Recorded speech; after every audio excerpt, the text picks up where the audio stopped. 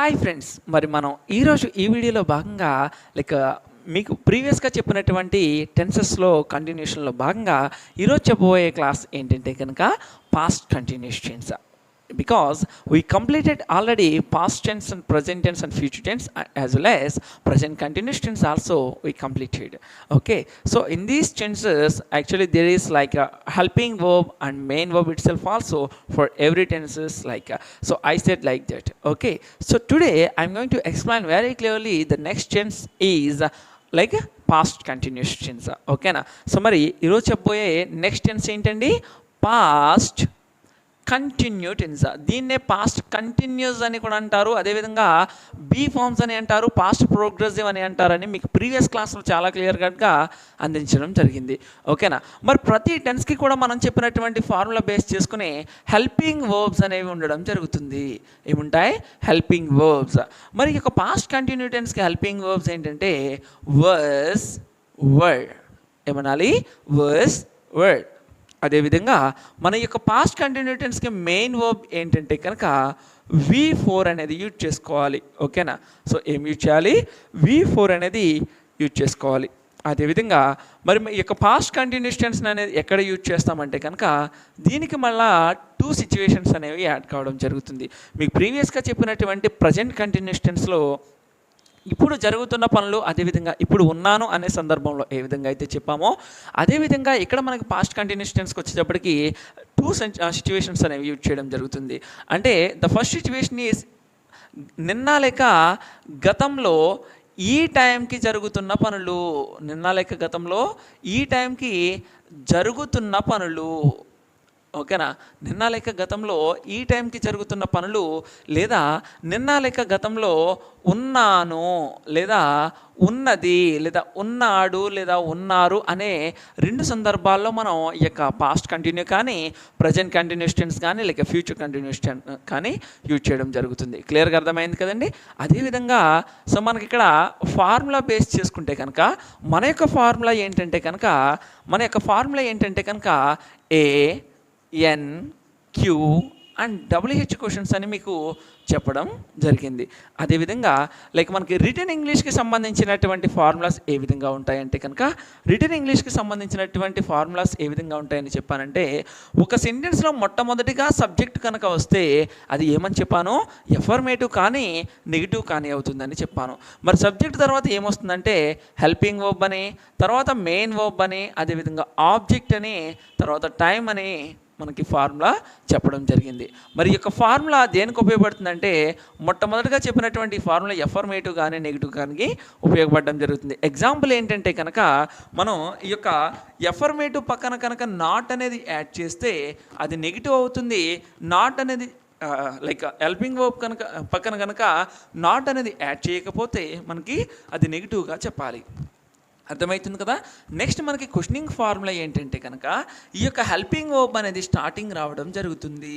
అదేవిధంగా ఈ యొక్క సబ్జెక్ట్ అనేది మనం సెకండరీగా యూజ్ చేయడం జరుగుతుంది. అదేవిధంగా రిమైనింగ్ ఫార్ములా అంతా కూడా సేమ్గా యూజ్ చేస్తే ఈ ఫార్ములా మనం దేనికి ఉపయోగపడుతుందంటే లైక్ ఎదుటి వాళ్ళని ప్రశ్నించడానికి, లైక్ క్వశ్చనింగ్ మోడల్కి సంబంధించినటువంటి ఫార్ములా మనకి స్టార్టింగ్ హెల్పింగ్ వర్బ్గా రావాలి. అదేవిధంగా నెక్స్ట్ మనకి ఫార్ములా ఏంటంటే WH వర్డ్స్ పక్కన సేమ్ ఈ క్వశ్చనింగ్ ఫార్ములా యూజ్ చేయడం ద్వారా అది WH క్వశ్చన్గా కన్వర్ట్ కావడం జరుగుతుంది. అర్థమైందండి క్లియర్గా? సో మనకి ఎఫర్మేటివ్ నెగిటివ్ క్వశ్చనింగ్ WH క్వశ్చన్కి సంబంధించినటువంటి ఫార్ములాస్ ఈ విధంగా ఉంటాయి. దానికి సంబంధించినటువంటి ఆక్సిలరీ వర్బ్ అంటే హెల్పింగ్ వర్బ్ కానీ మెయిన్ వర్బ్ కానీ ఈ విధంగా ఉంటుందని చెప్పాను. అదేవిధంగా ఎప్పుడు యూజ్ చేస్తాం ఈ యొక్క పాస్ట్ కంటిన్యూస్ టెన్స్ అంటే నిన్న ఇదే టైంకి, లేదా నిన్న గతంలో ఇదే టైంకి జరుగుతున్న పనులు, లేదంటే గతంలో ఉన్నాను అనే 2 సిచ్యువేషన్స్లో మనం ఈ యొక్క పాస్ట్ కంటిన్యూస్ టెన్స్ అనేది యూజ్ చేస్తాం. I hope you understood that very clearly. Okay, like the how you listen that present continuous tense like that, these tense also same like that, but we change these helping verbs and main verbs itself. But as it is for every tense we should use the same formulas, whether it is affirmative and negative and questioning and WH question. Okay, I think you understood that. Okay, so next according to our formula first we should use affirmative. ఓకేనా. మరి affirmative అంటే నేను చెప్పాను, నేను చేస్తాను, ఏదైనా ఒక పని చేయడాన్ని ఎఫర్మేటివ్ అంటారని, చేయలేదు అనడాన్ని నెగిటివ్ అంటారని, చేసావా అని క్వశ్చనింగ్ చేయడాన్ని క్వశ్చనింగ్ అంటారని, ఎప్పుడు చేసావు ఎక్కడ చేసావు అంటే డబ్ల్యూహెచ్ క్వశ్చన్ అంటారని చెప్పడం జరిగింది. మరి దానిలో భాగంగా ఎఫర్మేటివ్. మరి ఎఫర్మేటివ్ ఫార్ములా మనం చూసినట్టయితే కనుక స్టార్టింగ్ ఏం యూజ్ చేయాలంటే సబ్జెక్ట్ అనేది యూజ్ చేయాలి. What are the subjects? I, you, they, we, she, he, it, Ram. ఈ విధంగా మీకు చెప్పాను. ఓకేనా. మరి ఈ యొక్క సబ్జెక్ట్కి సంబంధించి ఎలా యూజ్ చేయాలి ఈ యొక్క హెల్పింగ్ వర్బ్ అంటే ఐ దగ్గర వజ్ అనేది యూజ్ చేయాలి. అలానే యూకి, దేకి, వీకి వర్ అనేది యూజ్ చేయాలి. షీకి, హీకి, ఇట్కి వజ్ అనేది యూజ్ చేయాలి. నెక్స్ట్ ఏం యూజ్ చేయాలంటే మెయిన్ వర్బ్ అనేది యూజ్ చేయాలి. అర్థమవుతుందా? అంటే ఎగ్జాంపుల్ చూసుకుంటే కనుక నేను నిన్న ఈ టైంకి ఆడుతూ ఉన్నాను, నిన్న ఈ టైంకి. ఓకేనా. నేను నిన్న ఈ టైం క్లాస్ వింటూ ఉన్నాను, ఐ వాజ్ లిజనింగ్ క్లాస్. నేను నిన్న ఈ టైంకి ఆడుతూ ఉన్నాను అంటే ఐ వాజ్ ప్లేయింగ్. మరి నువ్వు ఆడుతున్నావు అంటే యు వెర్ ప్లేయింగ్. వాళ్ళు ఆడుతూ ఉన్నారంటే దే వర్ ప్లేయింగ్. మనం ఆడుతూ ఉన్నామంటే వీ వర్ ప్లేయింగ్. ఆమె ఆడుతూ ఉందంటే షీ వాజ్ ప్లేయింగ్ అని చెప్పేసి అనాలి. అదేవిధంగా నిన్న టైంకి చదువుతూ ఉన్నాను, I was reading. I was reading. నువ్వు చదువుతూ ఉన్నా అంటే యూ వర్ రీడింగ్. నిన్న ఈ టైం కనే కదండి, నేను 2017లో ఈ టైంకి చదువుతూ ఉన్నాను, I was studying degree in 2017 by this time. ఈ టైంకి అని చెప్పేసి దాన్ని ఏమని చెప్పాలంటే బై దిస్ టైమ్ అని చెప్పేసి అనాలి. ఓకేనా. నేను 2017లో డిగ్రీ ఇదే టైంకి చదువుతున్నాను, I was studying degree in 2017 by this time. అలానే ఆమె చదువుతుందంటే షీ వాజ్ స్టడీయింగ్ అని చెప్పేసి అనాలి. నేను నిన్న టైంకి మూవీ చూస్తూ ఉన్నాను, I was watching movie yesterday by this time. అర్థమైంది కదా. అలానే నేను గతంలో ఇదే టైంకి ప్రాక్టీస్ చేస్తున్నాను, I was practicing by this time like in the past. ఓకేనా. సో మరి ఈ విధంగా మనం ఎఫర్మేటివ్ మోడల్ అనేది చెప్పడం జరుగుతుంది. అదేవిధంగా next coming to the negative it self, when you say that negative we have to mention that not in the same sentences. Okay. So negative itself also there is same formula for like affirmative. In the starting itself we should use only these subjects. Okay. So next already you knew these subjects itself as well as how I used in the present affirmative itself was after the I we should use was, but in the negative itself we have to use the not after the helping verb. I mean I was not, right? So like that, so here we used already were, you were. Like that we should use were not, but the were not we can say in the contraction itself weren't. What we call weren't. Like that was not is called wasn't. At the same time for the singulars also we should use wasn't here. After that we should use helping verb. The helping verb is verb 4, right? So see here, now you can understand how I am doing now, like how I am using that formula. On the basis of that formula itself, the negative, whether it is negative and whether it is affirmative. Okay. So like now in the Telugu itself, నేను నిన్న ఈ టైంకి చూస్తూ ఉన్నాను అంటే కనుక I was watching అనాలి.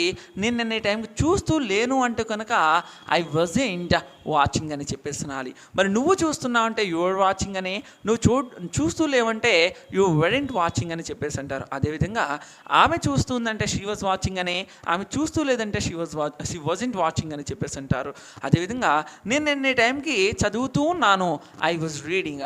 మరి నేను చదువుతూ లేనంటే I wasn't reading. I was reading, I wasn't reading. You were reading, you weren't reading. They were reading, they weren't reading. We were reading, we weren't reading. She was reading, she wasn't reading. He was reading, he wasn't reading. ఈ విధంగా చెప్పాలి. అదేవిధంగా నేను 2017లో ఇదే టైంకి చదువుతున్నా అంటే I was studying in 2017 by this time. మరి నేను చదువుతూ లేనంటే కనుక I wasn't studying in 2017 by this time. Okay. So, మరి ఆమె చదువుతుండే షీ వాజ్ స్టడీయింగ్ అనాలి. ఆమె చదువుతూ లేదంటే షీ వాజంట్ స్టడీయింగ్ అని చెప్పేసి అనాలి.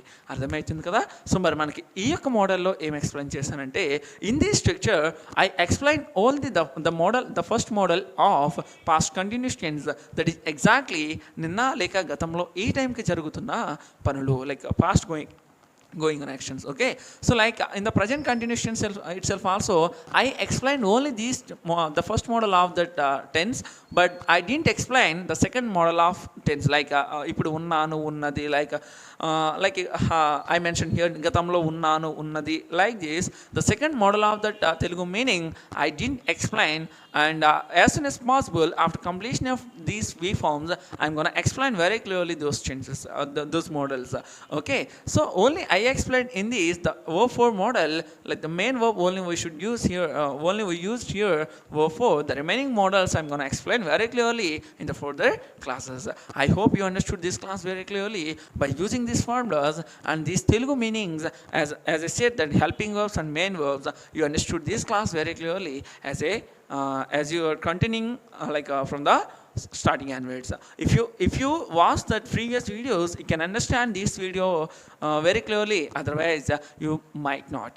So okay, so I hope I mean if you watch after watching the previous videos itself, if you watch this video you can understand, otherwise you may not understand these classes itself also. Okay, so please try to listen to the classes from the starting onwards, then itself you can come across this video. Okay, and these past continuous tense itself also. And today I explained only affirmative and negative model. The remaining two types, the questioning and WH question model, I'll explain in the next part of this video. Okay, thank you and bye. మరి ఛానల్ని అందరూ కూడా subscribe and share and like చేస్తూ ఛానల్ని ఎంతగానో ఆదరిస్తారని చెప్పేసి నేను ఆశిస్తున్నాను. Thank you and bye.